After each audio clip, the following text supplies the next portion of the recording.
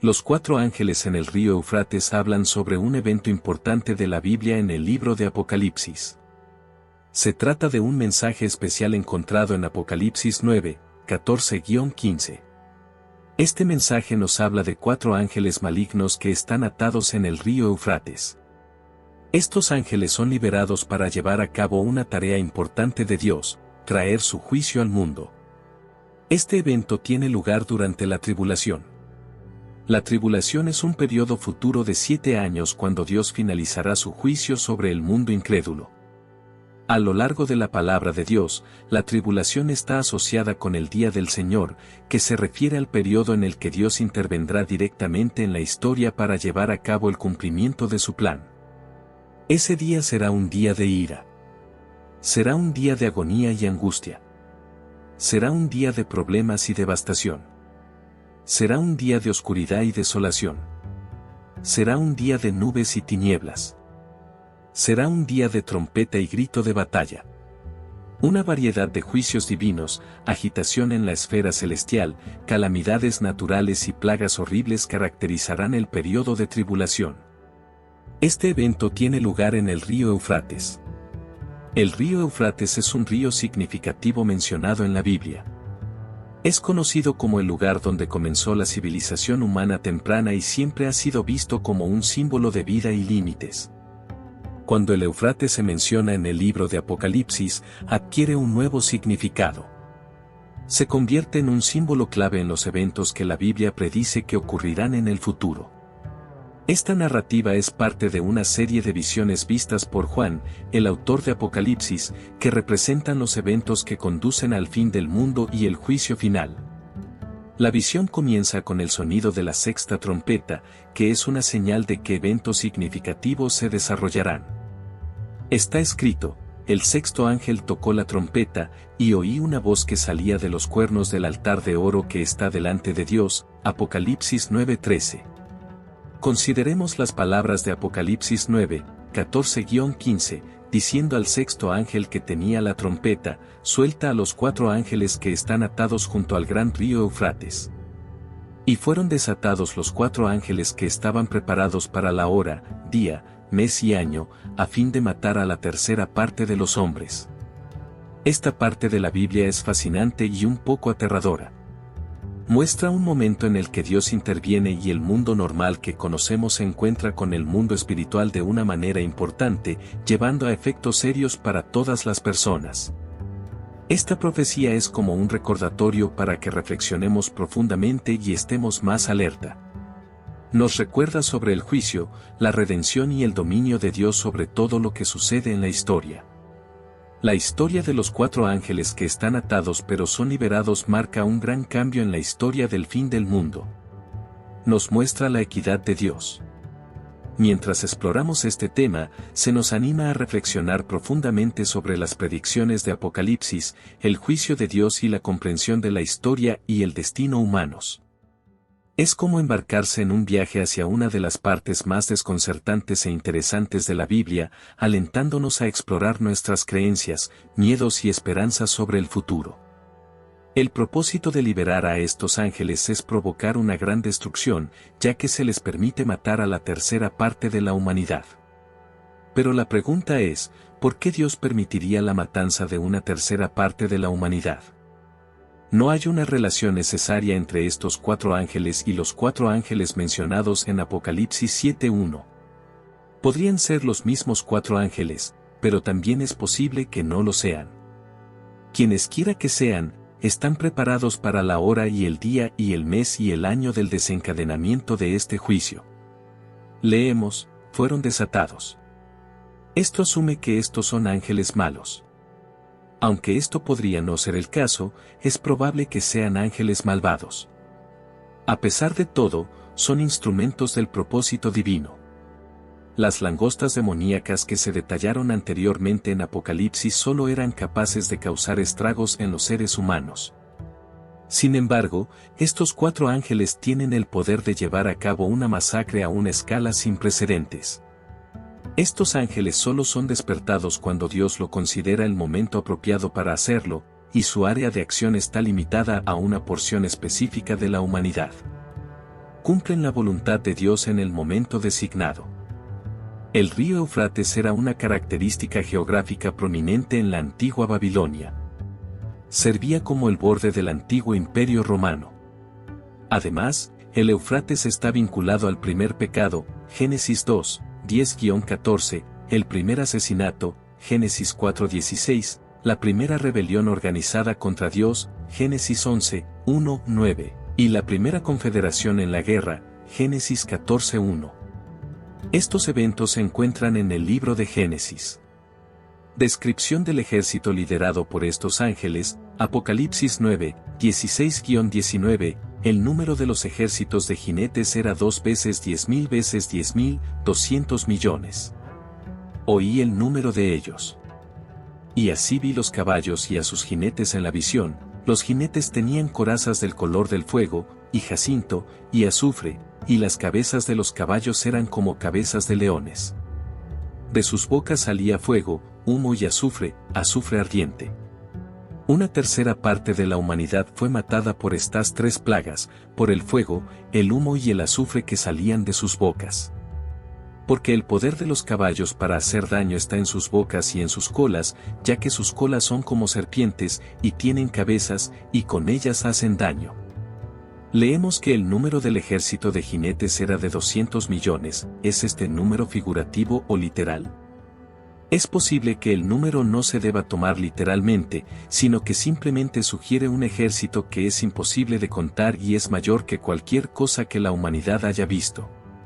Estos jinetes se describen en términos extraños y grotescos. Es una imagen extremadamente potente de terror, destrucción y la connotación de demonios. Leemos, el resto de la humanidad que no fue asesinada por estas plagas no se arrepintió ni entonces de las obras de sus manos, para dejar de adorar a los demonios y a los ídolos de oro, de plata, de bronce, de piedra y de madera, que no pueden ver ni oír ni andar. Tampoco se arrepintieron de sus asesinatos, ni de sus hechicerías, ni de su inmoralidad sexual, ni de sus hurtos. Esto sugiere que, a pesar de la aparición de signos y milagros bastante abrumadores, la mayoría de la humanidad no mostró evidencia de arrepentimiento. En cambio, persistieron en la adoración de sus ídolos de una manera más o menos habitual. No detuvieron su adoración a los demonios, ya sea de manera consciente o inconsciente. Es increíble observar cómo las cosas pueden volver rápidamente a lo que se considera normal después de un desastre como un terremoto.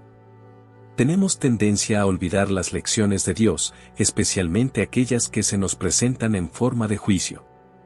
Leemos, pero el resto de la humanidad que no fue asesinada por estas plagas no se arrepintió de sus asesinatos, ni de sus hechicerías, ni de su inmoralidad sexual, ni de sus hurtos. Esta letanía de pecados es una acusación poderosa contra la época en la que vivimos. La inmoralidad sexual y los hurtos son sin duda algunas de las características definitorias de nuestra civilización contemporánea. La conexión con los demonios proviene de la interpretación de que estos ángeles podrían ser ángeles caídos o seres demoníacos debido a su misión destructiva. Los demonios son mostrados como espíritus malignos, generalmente están vinculados con la adoración de dioses falsos e ídolos. En el Nuevo Testamento, está claro que los demonios saben quién es Jesús y le tienen miedo. Se les describe en la Biblia como espíritus malvados y rebeldes que están en contra de Dios y las personas. Su papel es parte de los eventos y profecías del fin del mundo descritos en el libro de Apocalipsis.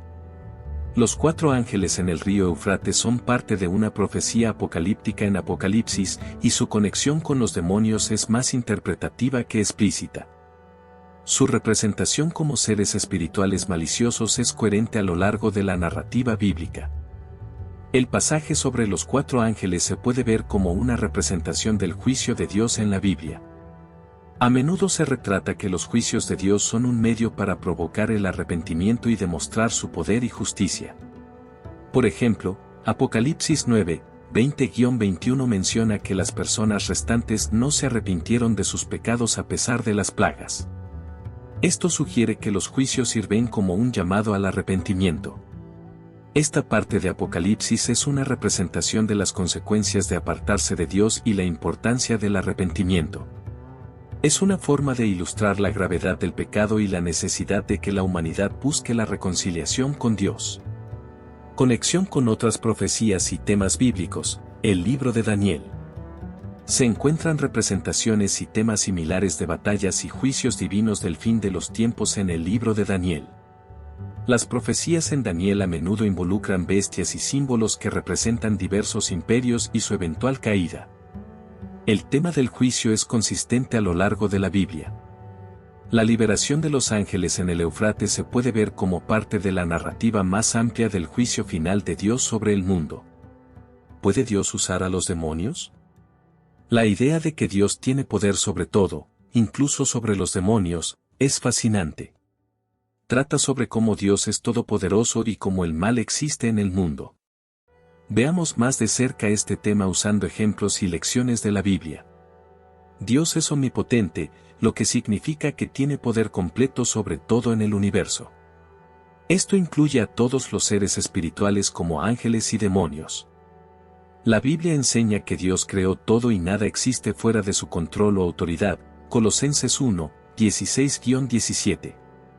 Esto implica que incluso las entidades demoníacas están bajo el control soberano de Dios. En el libro de Job, Job 1, 6-12, Satanás se presenta ante Dios y Dios permite que Satanás ponga a prueba a Job. Aunque hay ciertos límites, esto indica que incluso cuando las fuerzas demoníacas actúan, lo hacen bajo la autoridad y el permiso supremo de Dios. El rey Saúl, en el libro de Samuel, es atormentado por un espíritu maligno enviado por Dios después de desobedecer a Dios. Este incidente muestra que Dios puede permitir la influencia demoníaca como una forma de juicio.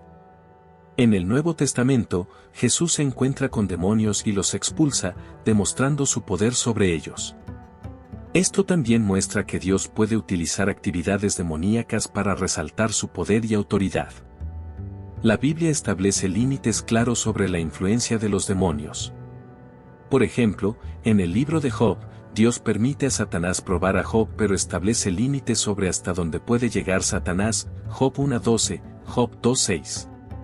Santiago 4:7 aconseja a los creyentes, someteos, pues, a Dios, resistid al diablo, y huirá de vosotros.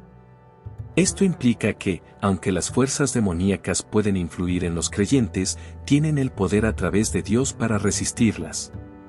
Además, Efesios 6, 11-12 anima a los cristianos a ponerse toda la armadura de Dios para poder resistir las artimañas del diablo.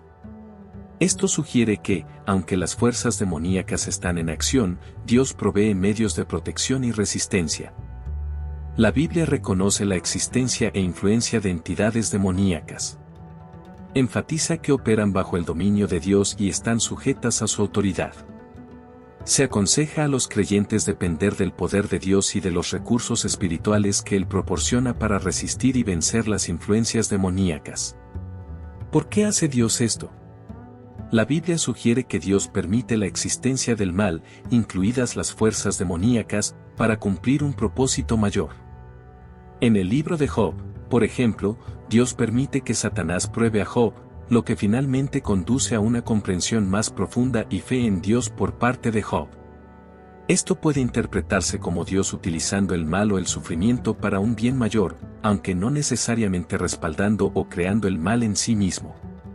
Es un tema complejo que a menudo conduce a discusiones sobre el libre albedrío y la naturaleza de la soberanía de Dios. La reconciliación de la existencia del mal y el sufrimiento con los actos directos de Dios. La coexistencia de un Dios amoroso y justo con el mal y el sufrimiento es uno de los temas más debatidos. La historia de los 4 ángeles desde el río Éufrates es una parte muy importante de la visión de Juan sobre el futuro.